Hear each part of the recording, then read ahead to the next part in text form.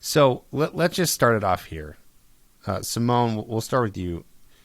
Is matchmaking like a pseudoscience? Like, is this real? I mean, there's so many companies, and they're claiming big things. Is this Yeah. a legit practice? Yeah, it absolutely is. I mean, I think that that's the easy answer. I think that matchmaking is not a fine science in the sense that like there is some magic and sort of a high level of intuition that comes into play that isn't always easily quantified, which is the frustrating part. And I think where sometimes it gives a little space for skeptics to pop in. But I think, yeah, it's has legitimate value, and there are so many success stories that it's not an accident that this process really does work for a lot of people. I mean, it must, because it wouldn't be there wouldn't be this many companies around for so many years. It's like Hmm. something has to be working there. I've Yeah. never tried matchmaking, but I'll tell you that. So I I have a partner, so I have a girlfriend, and we're not going to be breaking up ever. But Happy to hear if that. anything were to happen, if anything were to happen, I would 100% try matchmaking. I just would be, and the reason why I would do it would be to save time. But I just wonder, I still would be skeptical. Like, I would do Mhm. it, but I would be like, is this really going to work?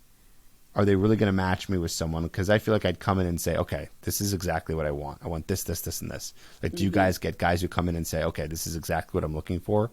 Well, of course.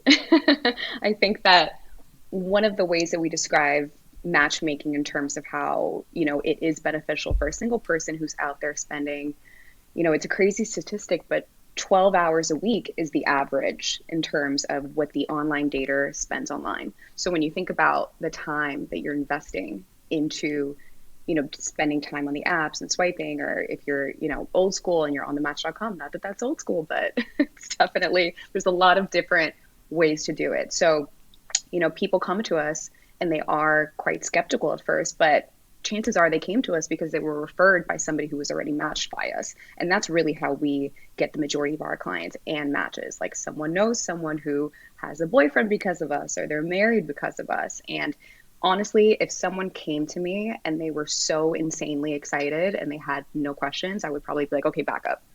What are your questions? Like, let's talk about who you are, what you're looking for, and how I can service you honestly, and authentically.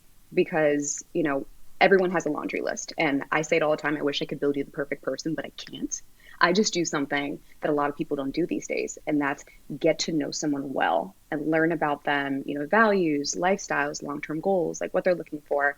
And at that point, when I introduce two people, I like to think that there's enough of a foundation there where it's just about seeing if you have fun, there's some attraction, and you can just kind of take it from there. So, to answer your question in a much shorter way, we've heard it all for sure. And sometimes we need to take a step back and just kind of, um, be realistic with what is out there. And I think that that's really where we bring a lot of value too. I mean, we're on your team, we're your wing person, but we're also your mirror that you can't really escape. And we're here to tell you, like, take a step back. This is what's attainable, and this is what we need to do to get there. In terms of, let's say a guy comes to you Hmm. and says, let's say it says to you, Simone, like, okay, this is what I'm looking for. Hmm. Do you ever go to your database and go, okay, listen, I hear what you're saying, but that's not available right now, and then they have to wait? Like, how fast can you actually get someone on dates and start doing it? Or do you go, okay, we're looking for that right now, but I do have someone else that you might like. Would you want to try Hmm. going on a date with them first? Like, what's that first step process when they come to you with what they're looking for?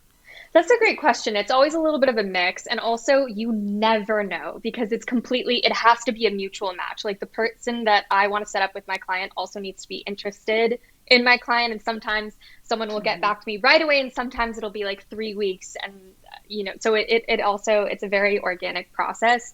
I would say that, sometimes clients will come with a really prescriptive list, and they'll like be very clear and have a sort of very binary sense of what they're looking for. And I definitely honor that. But I think there's also I wouldn't be doing my job or operating with integrity if I didn't say, well, okay, if this is exactly your type, maybe this hasn't worked for you in the past, you're single right now. What are some other layers or elements that maybe you're not seeing that you would do really well with in terms of like a partner? So I definitely take into account when people are very particular about their list. And then also I'll say, okay, so you want someone who's between like 5'4" and 5'8" and makes X amount of, money and is really into scuba diving or whatever. But I also have this other person that maybe you wouldn't like, wasn't exactly who you described, but her sense of humor seems really similar to yours. There's an energy that I think